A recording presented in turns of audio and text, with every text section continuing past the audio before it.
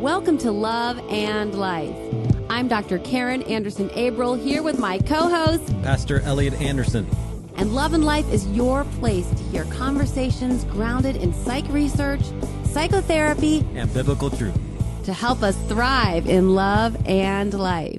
I am thrilled to introduce to the Love and Life family my personal stepmom coach, Laura Petherbridge. And I want to just welcome you, Laura, and also share a little bit about how I found you, because I think it was totally a God thing, of course, as most things are, if not all things. But when I got married and entered into step life, my mom had bought me your book with, is it Ron Deal? Yes. Yep. Yes. And it's The Smart Stepmom, which my mom, as a godly woman, was looking for a godly, biblically based resource for me as I moved into a position that is pretty dicey, which we'll get into. But so I read that book and then started being a stepmother and all that entails. And then as life goes on, and this is something else we'll talk about, sometimes you read something and it's very meaningful and helpful in that moment. And then life takes you to another season where challenges arise that maybe you're like, oh, I thought I dealt with that, or I thought that was worked out. And I was looking for specifically a childless stepmother. And I just went into my Apple phone and the podcasts and just typed in a search word, and another interview with you, and I believe it was Ron again, came up. And I listened to it and felt, oh my gosh, someone totally gets it. And then I was like, wait a minute, I know this woman. And then because you were offering coaching, I took you up on that. And so here we are now. And I was so excited that you were willing to share so much of your journey and your writing and your work with the Love and Life community. So that's a long-winded welcome to the program. Yes. Thank you so much. I appreciate it. Well, I really appreciate you. And it is the step family. I kind of think there's so many different directions we could take this, but I thought we would just kind of start with 101. I really haven't addressed, and Elliot hasn't, though he works with couples and families extensively and has for over 30 years as a therapist and a pastor and a psychology professor. He hasn't really had, we haven't really addressed step family life for a very long time on the program. So I think we could just kind of do the basics, the 101. And I think one of the things I thought might be a nice way to kick it off, because step motherhood, specifically, I want to say, is different than stepfatherhood. And there's research to support this. You have all thanks to the Brothers Grimm and the fairy tales, we are known to be particularly evil, as opposed to stepfathers who come in and all of a sudden they are making money and maybe the family's standard of living rises, whereas stepmothers come in and it's a peculiar and particular relationship. Just because you're a stepdad doesn't mean you understand what a stepmom's going through. And of course, if you are a stepmom with your own children and you have a blended family, that's a different reality. But in general, I think that stepmothers can feel very alone. I personally have felt that because I don't know a lot of other stepmothers, period. And I don't know a lot of, I think I know one other childless stepmother. But here's the kind of comment you may, if you're trying to talk with your girls over coffee or a drink, you'll often hear, well, you knew what you were getting into. So what do you say to that, Laura? That's just kind of a way to just kick things off. Them is fighting words. Yes, that is. And when people say that, they're usually not being malicious. They're usually not trying to be difficult, but they just assume because you knew this person you were going to marry. Now, this is stepmom and stepdad. But stepmoms deal with this more. So yes, you knew the person you were marrying has children, but you had no idea what you were entering into and what that entailed. Now, I thought I would understand this because my parents divorced when I was 8. My dad remarried 2 more times. He adopted his second wife's children, so they became his legal children with his last name. So same last name as mine then. And then they had a baby together. They got divorced and he remarried again, a woman with a child.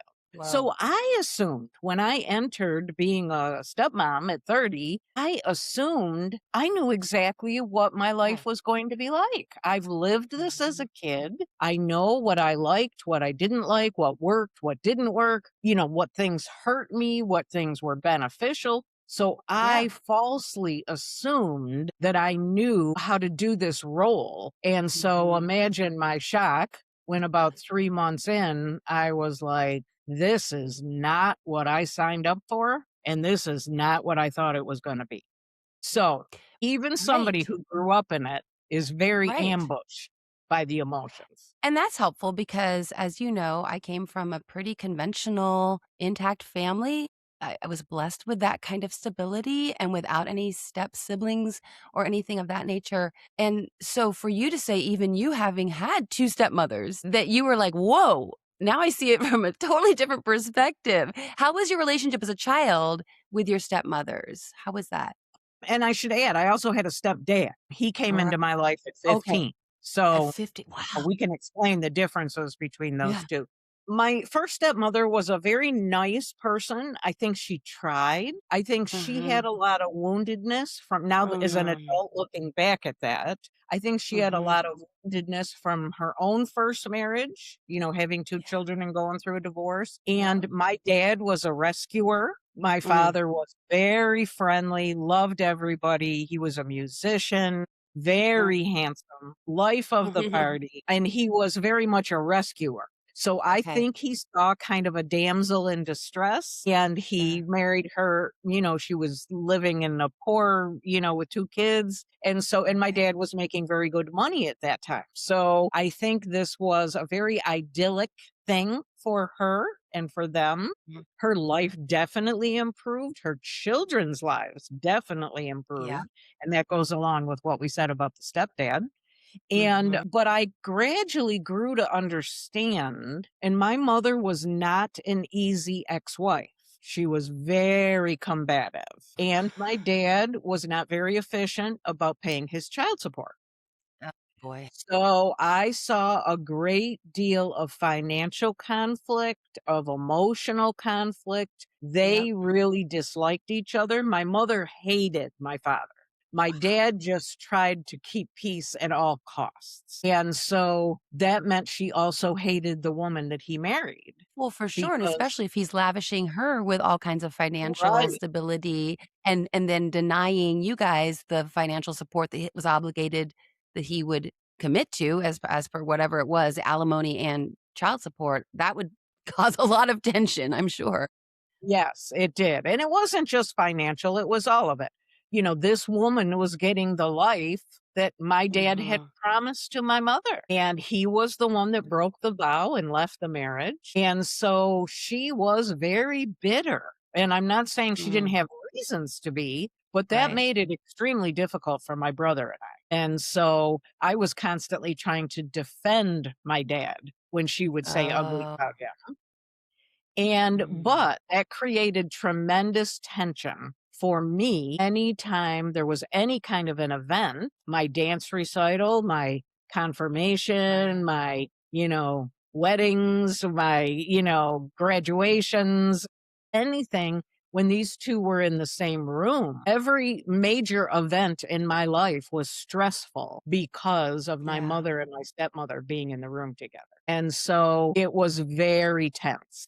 And I began to realize that she resented my stepmother, resented any times that my dad would try to do something special for us. So, yeah, I mean, just give you a quick example and we can move on. When I was getting married, my first wedding, I was divorced and remarried. That's when I became a stepmom, second marriage. My father had to slip me money under the table when she went to the ladies' room for my first Wow. marriage. That had to be a secret between us. Now, what do you think that communicated to me as the daughter, the only daughter, the Yes. first daughter from his first marriage? He couldn't do that with his wife's knowledge. That's brutal, coming from the position of a stepmother, so I understand all the complexities therein, which we'll continue to talk about, but I do try, and I think any conscientious stepmother, despite the Yes, fact that, as we're saying, doesn't fully understand what she's getting into, still, I always tell myself, Laura, and you and I have talked about this,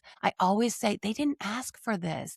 that's right. They are I don't wanna no one's a victim. I don't wanna label anyone a victim because that's not an identity we wanna take on, but they're the ones who were wronged. If parents came, made a family, and then decided, you know what? We're not wanting to do life together anymore. And then there's these 3 kids like, what? Yeah, And then to have you what communicated to you with your dad there's so many things I don't like about that. But it's that I choose to remain looking good in the eyes of my current wife rather than to honor my daughter by doing what I want to do. What? My first thought when your dad did that is like, man up and tell your wife, yes, we will still take the trip or whatever, but my daughter is going to have this money for this most special day of her life. And I'm her father. And despite the fact that we're breaking up families here, that's still my daughter. And That's what I I would think she want. Your was father. Which the reason that occurred, again, in hindsight, is that she thought she should be a part, if they're going to give me money, that she should be a part of the planning of that. And I was 26. I was very independent at that point. And again, when I got married the first time, 26 was a little bit like getting a little bit older to get married. All Yeah, my friends were sure. already married.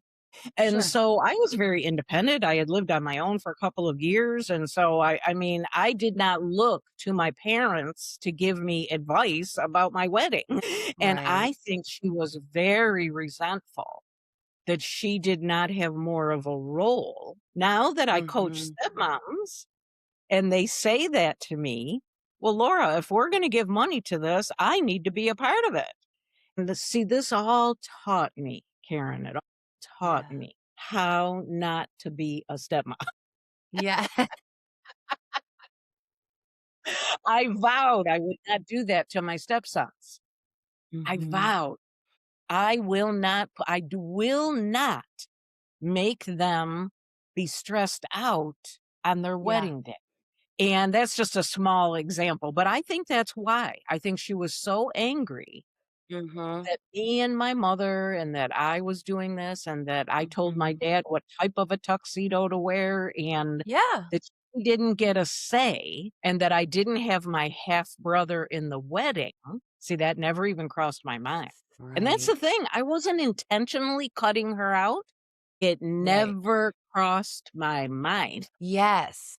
Yes. That is a good word right there. That is a good realization. And I think Yes. that's something that you and I have discussed, that there is a reality of step family life that never quite feels like family. And that was something I didn't expect. So bringing back to the stepmother role, because I'm very close with my nieces and nephews, and everyone knows that I have two older brothers, Elliot being one of them, and our other brother Warren, and I have six nieces and nephews, and I'm very close with them, and my role with them is very clear. It's very understood. I'm Aunt Karen, and this is what Aunt Karen does, and so I kind of thought, Laura, this was one of my little myths that I didn't know I had, or assumptions I didn't know. I thought eventually I'd be like, well, because when I got married to Dan, just for context for someone who might not know my stepmom journey, but the youngest was in high school and he was at boarding school as his sister had done. And don't look at it like we got sent to boarding school. They wanted to go. But anyway, the middle son had just started college, so he was living away, and then the daughter was also in college out east. So I kind of in my head thought, well, I'll just be dad's wife because there's not much mothering to do. They're kind of already fully baked. And then I found out there was going to be mothering to do. But I kind of assumed, eventually I'll just feel that attention, that fondness and that appreciation that I do feel from my nieces and nephews, that I matter in their life and I'm important in their life, and they like all that I've done for them over the years since they were born, from changing diapers to taking them on trips, that will be, I'll feel like an aunt connection to the stepchildren. And there are wonderful moments. It is not the same. And let me explain why. Because you talked Yeah. about the fundamentals of family life when we very first started. And here's a Yes. fundamental that most people don't understand. And they don't understand it when they get remarried or enter a relationship with someone with children. In order for a step family to form, there had to have been the death of a previous relationship. All step families are birthed on loss. So the foundation of the step family comes on top of the death or divorce or uncoupling of the previous union. The two biological parents that created this child once had a union. Now, you will get the occasional person who says, well, ours was a one night stand. And okay, that does occur, but there is still a union. Now, there may be one of those people took off and they were never a part of that child's life. It doesn't change the emotional connection for that child. That child is still thinking and experiencing things that are different. Well, let's go to the norm, death or divorce or an uncoupling. And then the person enters a relationship, dating, engaged, or married to someone with children. That new relationship is built on top of the loss of the previous. The adults, if they're wise, have taken the time to grieve the death of that previous relationship. They've either gotten some classes, gotten some therapy, done some things to learn what that breakup created in them. Divorce is a death. There is a grief that has to come. The death of the dream, the death of the vow, the death of what should have been when we created this child. And so, even if you're happy that that person is now out of your life because maybe they were abusive or something, or they had an affair or whatever, there is still a grief of what should have been, what the dream was, what the vow was. Just because you have moved on and grieved the death of what was, that does not mean the child has done that. And children are typically at least 2 years behind the adult in the grieving process. And this is true even if the child is older, if they're in the teens or early 20s, sometimes even in their 30s. If it didn't get resolved, if it didn't get talked about, if it was tumultuous, if there was tons of anger or violence, or see, all of that is still rolling around up there in the child's brain, unresolved. When you bring a new person on top of that, that new person expects, welcome me and look how nice I am being nice to you. I bake your favorite cookies. I buy you Christmas presents. I'm trying so hard to love on you. Why are you pushing me away, or why are you being mean to me? I've done nothing to you. It has nothing to do with you. It's the grief they're still dealing with of what should have been. That's something that I think most step parents could certainly benefit from reminding themselves. And like I said earlier, I always try to think about that. I think about it's a very strange role because, like you said, I mean, I came in and I'm like, I'm going to bake the cookies and I buy the gifts and I'm going to help dad. And I wasn't naive enough to think, well, dad's happy, so the kids will be happy because it's a different thing. Like, dad got an upgrade.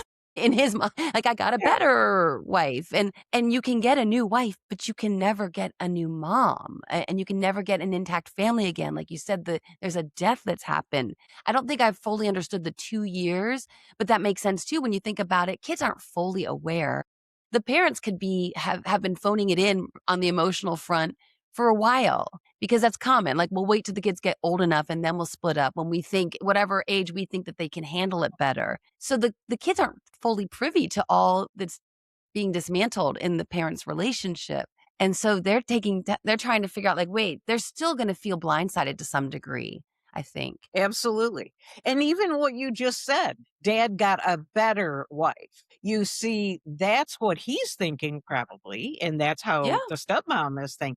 But the yeah. child is not viewing this as my dad No. got a better wife. Even if the stepmom is all the things that are good for the home, the child is thinking, why didn't dad work this hard to make it better with my mother? See, Absolutely. we have to constantly go back to that.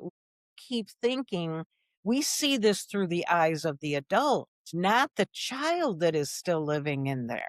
They're seeing it through a different lens. And the smart stepmom, the smart step parent will become educated on what the mind of the child is, because Mm. it will help them to recognize, you know what?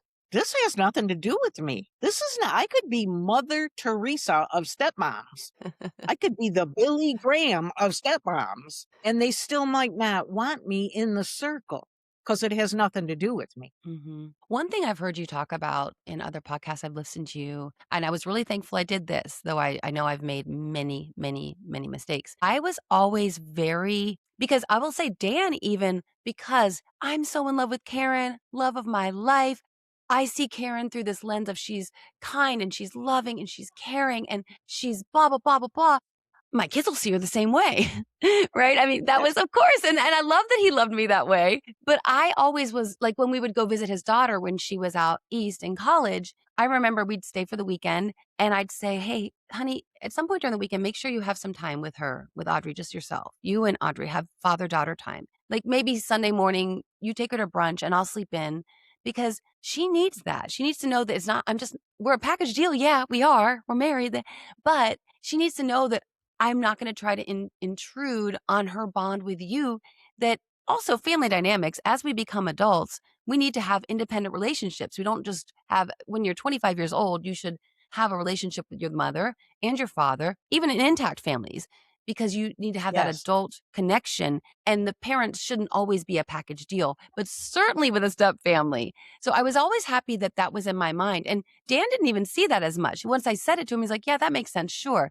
But he loves me so much and was so excited and really saw, and this is a thing too, Laura, that I think is really tricky for the stepdads now, I'm going to say, because whatever was wrong in the marriage, and I'm not trying to disparage anyone's ex, but there was obviously something that wasn't working anymore. And so when you find the new Right. wife, you're like, these are the things she possesses, the qualities that weren't working, that seemed lacking with my former spouse. So she's going to bring that to the Right. family. So Dan was always like, you're so loving and warm and effusive in your emotions. And that's something that the kids didn't see before.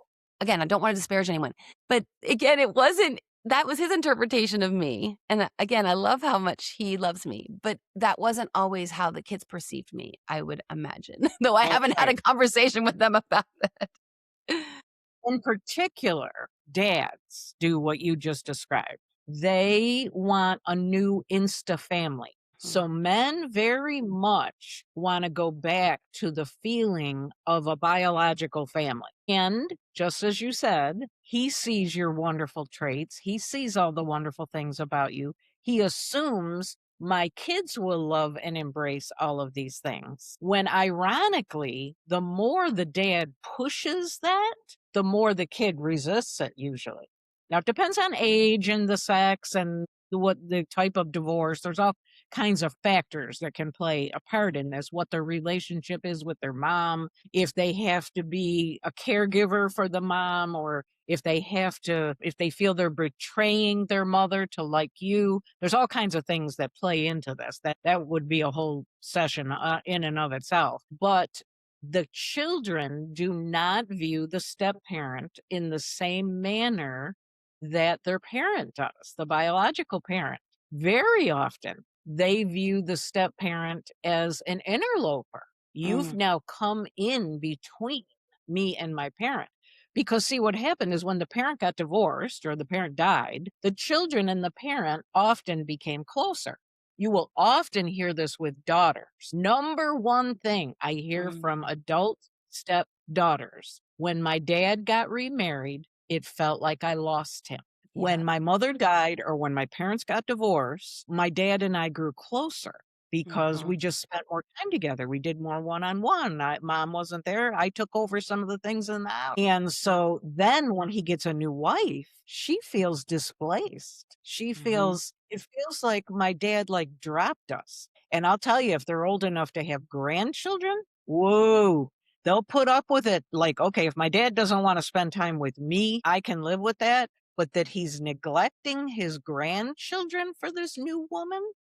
Because, see, we women normally run the calendar. yes. And that means we typically plan things where we are the most comfortable. I'm going to gravitate to my family, my Mhm, nieces, my family activities, especially if my stepkids are giving me we don't really want you around here. Why would I plan activities with that side of the family? So mhm, it's dad's job to do exactly what you just said.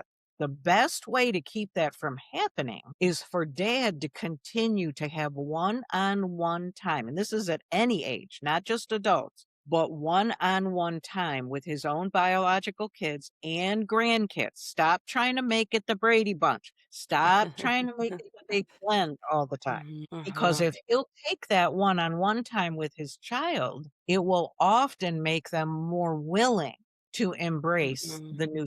So, something you just said was something that kind of came to mind to me over the years when I would feel maybe, gosh, like I want to feel like closer and I want a tighter bond. And it occurred to me one time, and I don't know why, gosh, if they allow themselves to warm up to me and get closer to me, will it somehow deep in their psyche feel like a betrayal of their mom? And I think that's very legit. And I was never put in Yeah. that position.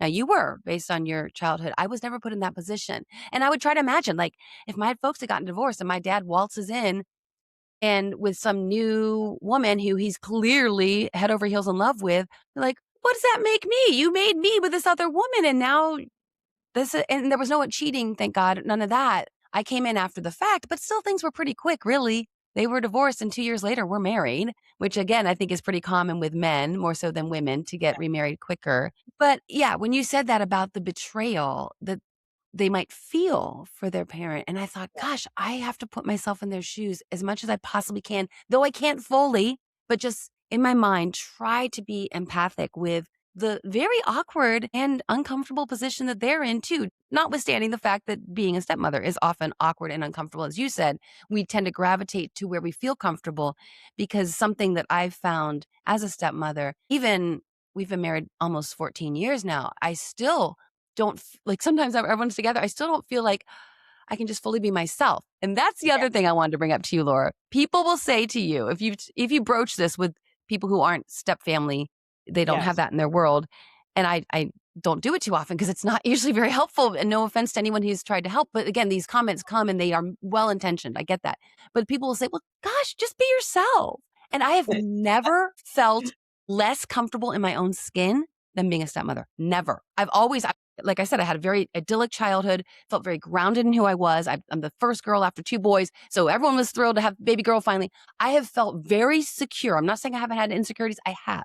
I felt very confident in who I am and what I'm about and how God wired me. And that at age 42, when I became a stepmother, I was floored. I was completely blindsided by how my own identity would start to feel crumbling in ways, not in my role in general in life, but in this role that's a big part of my life now. I was like, who is this insecure person?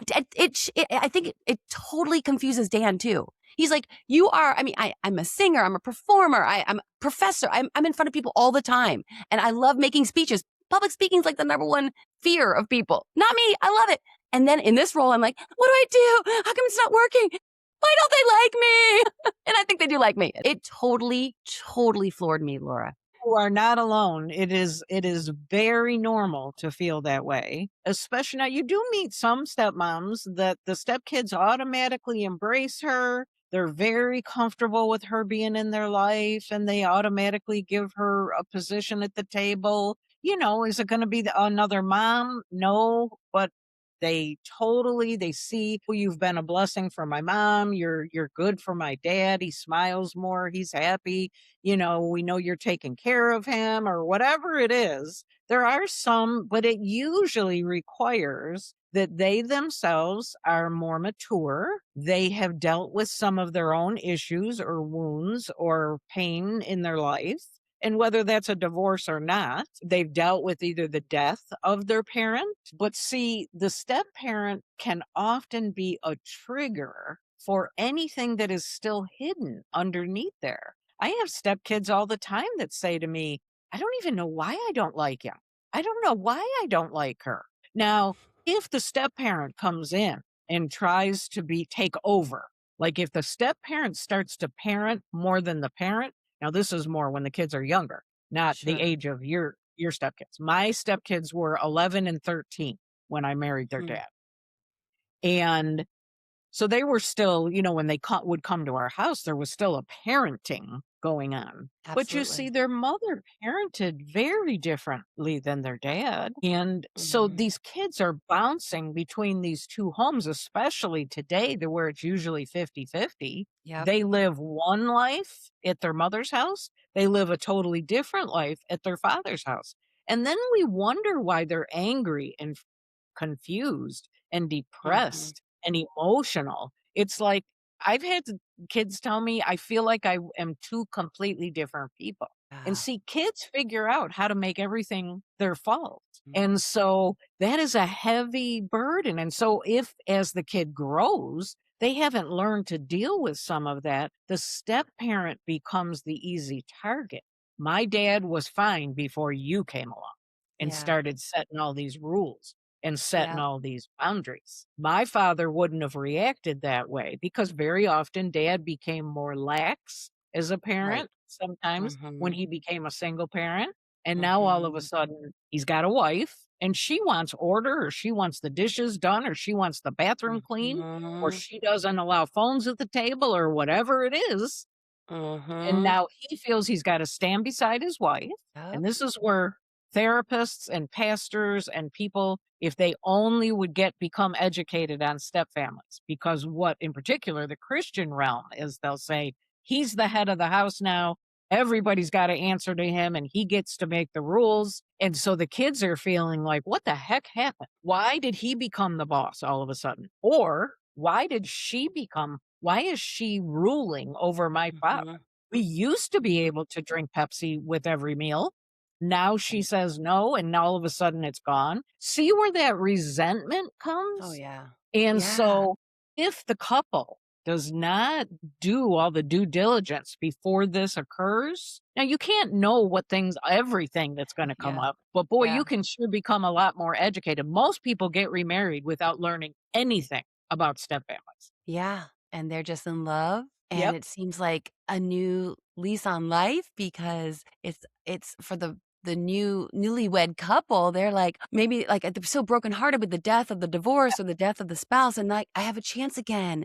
And so they're in this whole entirely different space than the kids who are like, "Okay, I had to grieve the divorce. Now I gotta deal with this new human," and like you said, this new authority figure, which, Yep. again, depending on the age of the children, it will depend on how much parenting actually happens, but I'm here to tell you, even when they're in high school and college, there's still parenting that's gonna happen. It just Yeah. happens. I mean, and even if it's a role you really didn't wanna take on, I didn't want to. I knew they have a mother. I don't need to be the mother. But also, this is my home with my husband, and we have values to which we ascribe. And so when we're in this home, and if you're in this home with us, living with us for any period of time, whether it's the summer or whether it's a year after you leave the military or things like that, then there are ways that we do life, and you're going to do that. And if it does feel like, well, dad wouldn't have done that until Karen showed up, then it's like, yeah, it's easy to be the target for sure.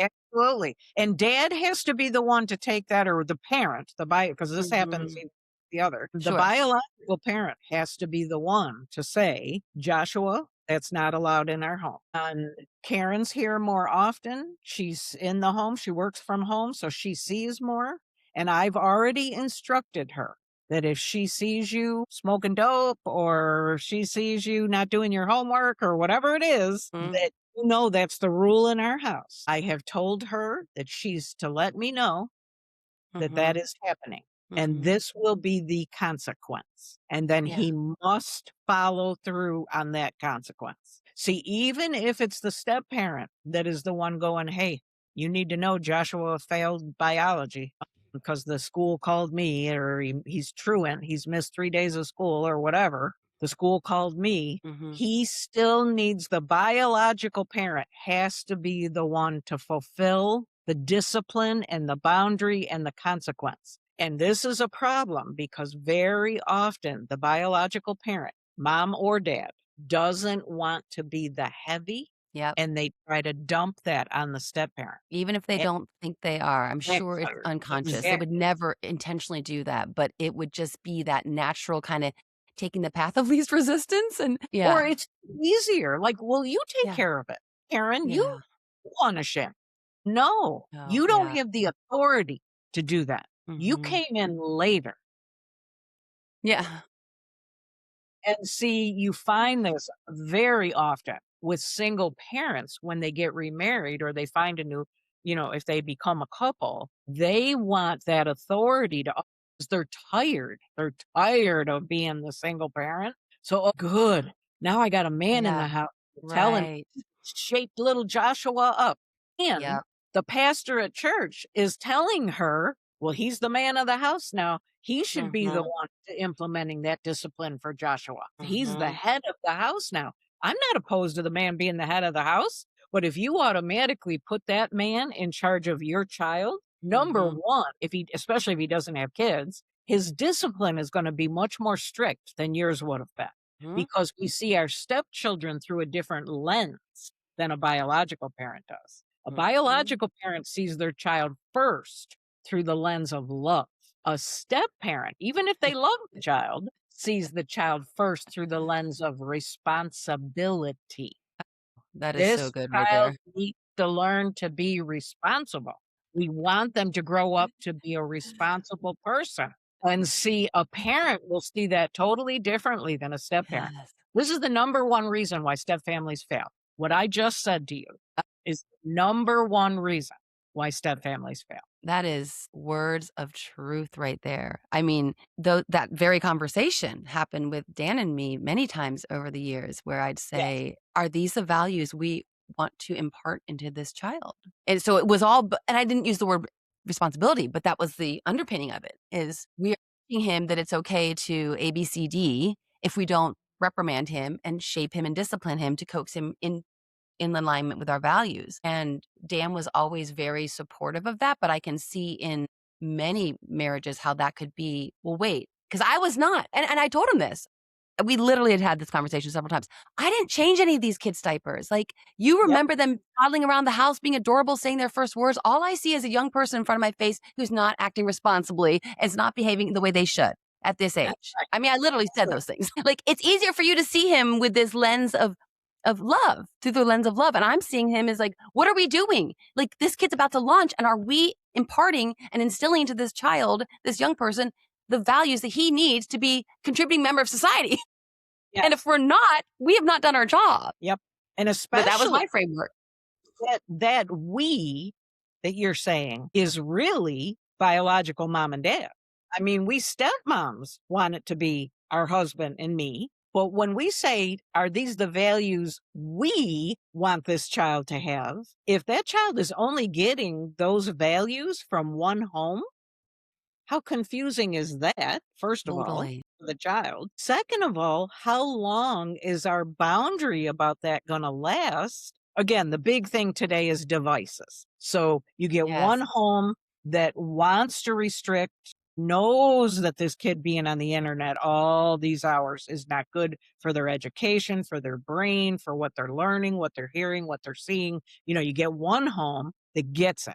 Like, okay, Yeah. we've got to be disciplined about this. You have another home that says be on your device 24/7. You can bring it to bed with you. You can be looking at it at 3 o'clock in the morning. I Right. don't care if Right. you're failing biology. And so they obviously don't say it in those words. Right. Which home is that child going to gravitate to? Yeah. Which home?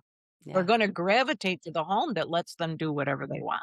And this Right. scares the other Absolutely. biological parent. They fear, "I'm going to lose my child." And it becomes a huge Right. battleground. It's hard, Yep. really hard. Yep. And see, the stepmom It's or the so step hard. parent, Yeah. all they're seeing is, "This kid's getting away with murder. They're running the house." Right, right. Even deeper, like, I care about this child, and I know that this is not Yes. good for them, but yet I don't have the authority in this scenario with maybe Yep. 4 parents now, 2 step and 2 bio.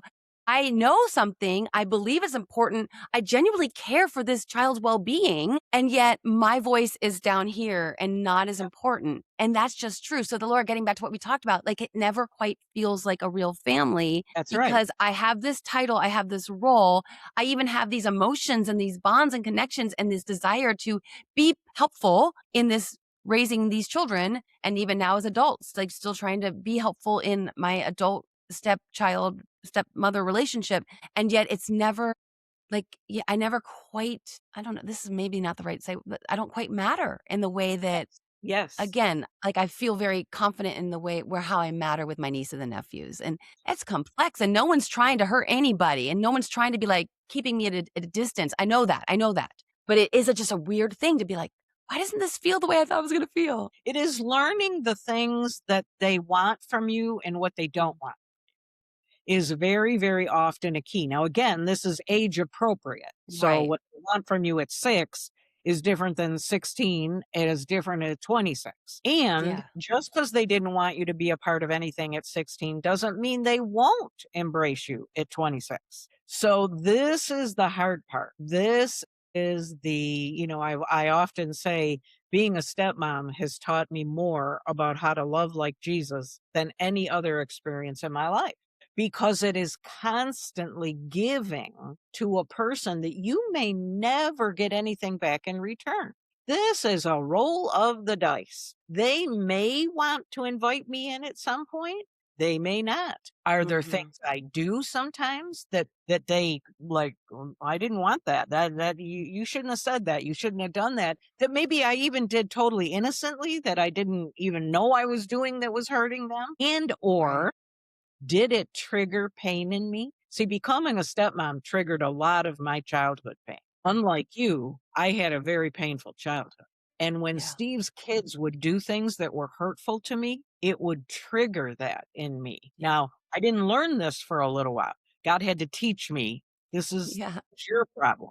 You have to get this fixed. And so, and I speak to many stepmoms. I would say, I've done Yeah. surveys on this. I would say 80% of stepmoms will say, if you ask them, does being a stepmom trigger your own personal pain, either childhood pain Mhm. or anything that you're working through? And 80% will Mhm. say yes. It triggers it like nothing else does, Yeah. really. And it's just part of the makeup of what you and I have described here today. I'm trying, and you keep rejecting me. You keep pushing me. I'm still outside the circle. I'm never good enough. Mhm. I never can Mhm. do enough to make you want me.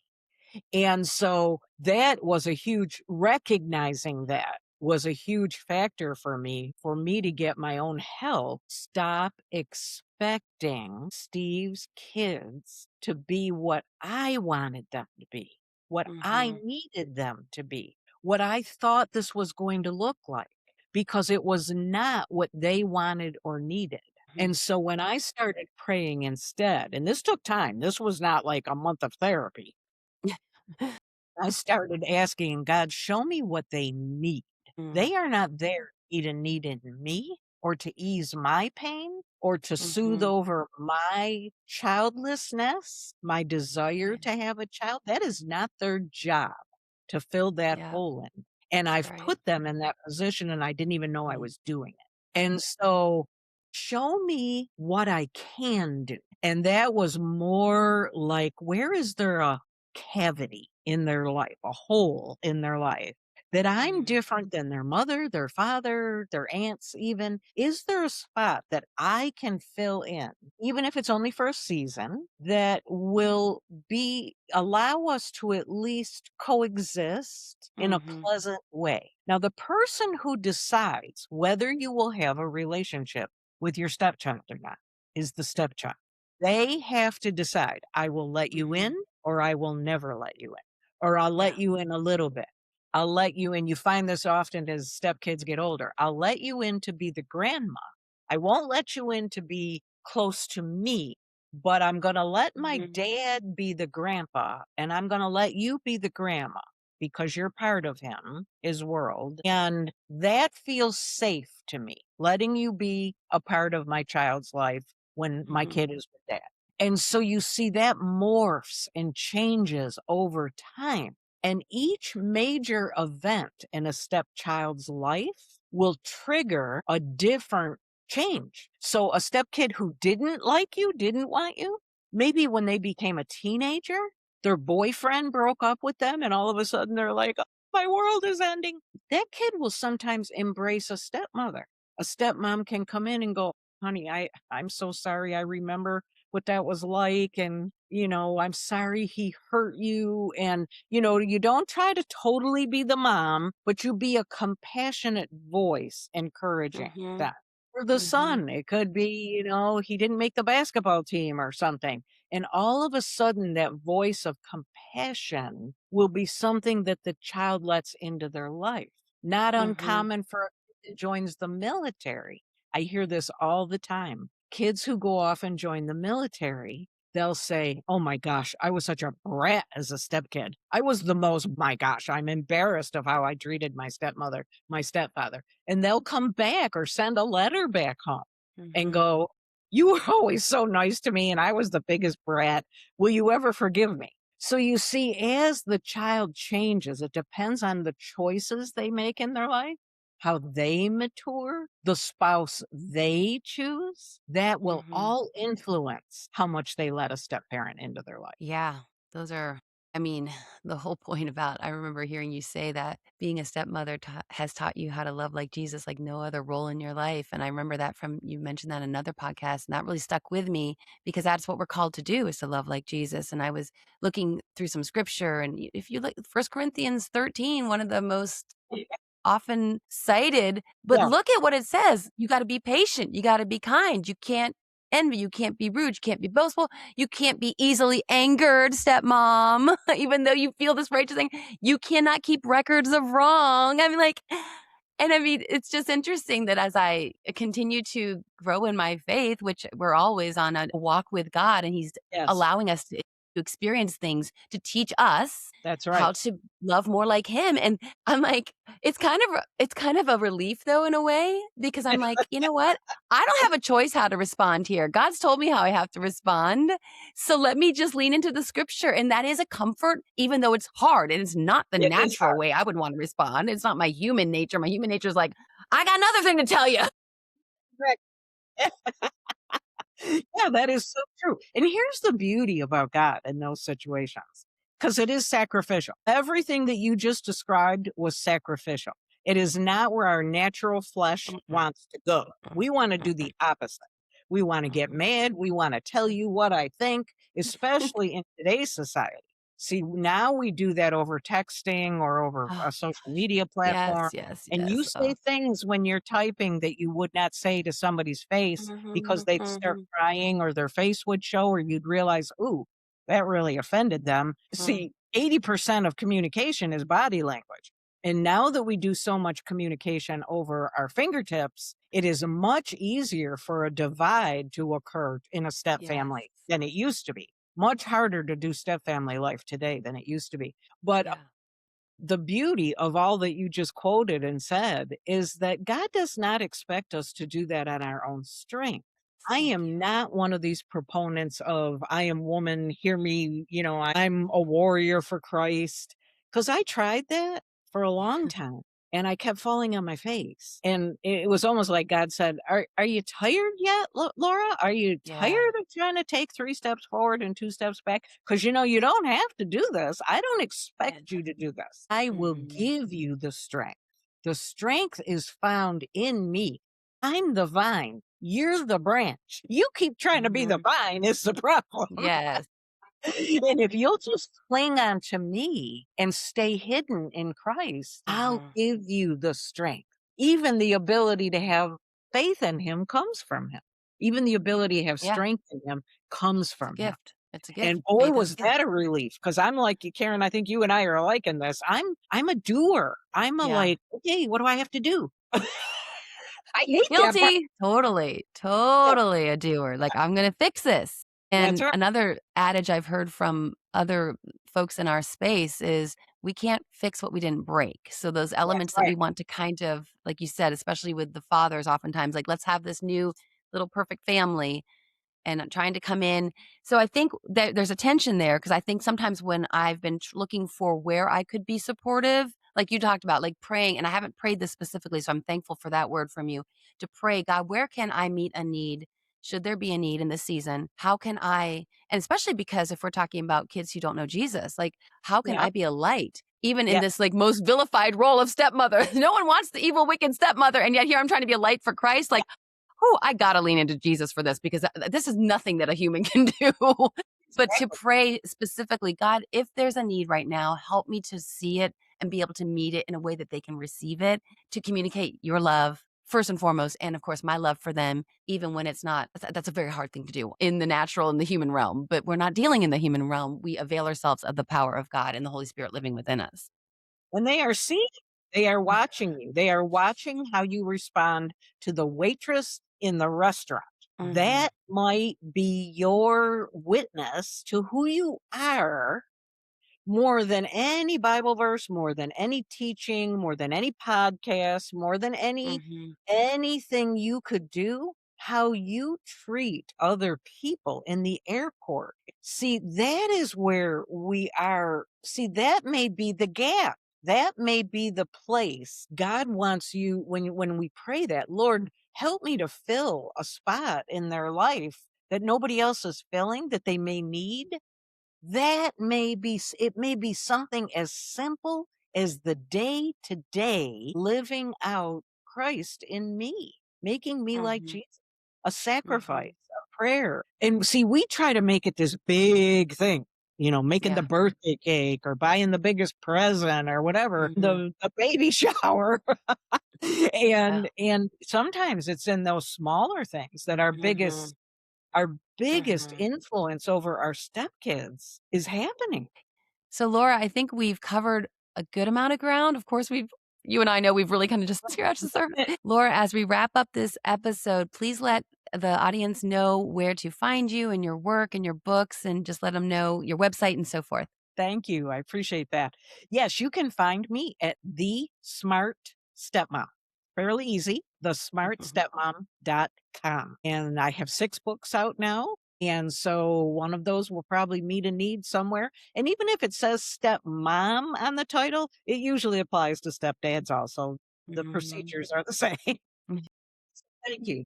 Thesmartstepmom.com. Would you be willing to join us again and just continue the conversation? And maybe we just pray it out right here for just the Okay. blessings of what God has taught you over the years for any step families. And also, a lot of the teaching that we're discussing right now is useful for families in general as well. But yeah, please pray it out. Holy God, we just thank you so much for step families. So often we view step families as low on the totem pole. We view it as, oh, that's not God's best. And you love step families. The entire Old Testament is jam packed with step families. And I thank you so much for revealing that to me. You loved those families. Those were the lineage of Jesus Christ. They were all step families.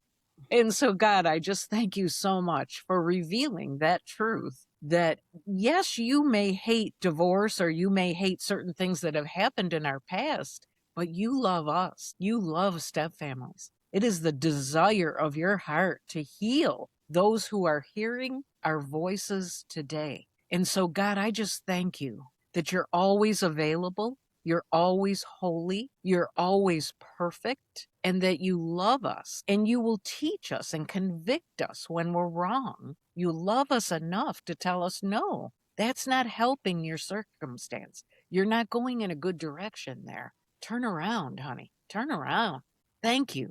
Thank you for the truth and the grace that you so perfectly blend into our lives and our homes. I pray right now for every child and stepchild, step parent, and biological parent that is listening to us, that you would speak to them right now, Lord, that you would show them that you are covering their home with the blood of Jesus Christ. The healing power of Jesus Christ is in that blood. And we thank you that your specialty is resurrection. And so, if there's any family that's hanging by a thread right now, Lord, that's listening to us, I pray that you would infuse them with your truth, with your power, with your resurrection, that you would show them how to restore what is broken, that they would reach out for help, that they'd reach out to Karen or myself or someone else that understands and specializes in step family life, and that they would receive the tools and the wisdom that they need to heal. Nothing is beyond you. No one that has breath is beyond you. Nothing, no circumstance is beyond you. You are bigger. There is no pit so deep that you are not deeper still.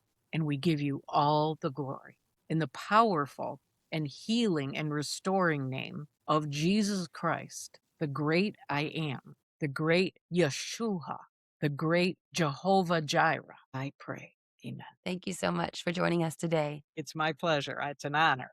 Thank you. Love and Life with Dr. Karen and Pastor Elliot is produced by Tim May and executive producer Dr. Karen Anders-Nabel. For more information about Love and Life, please go to loveandlifemedia.com.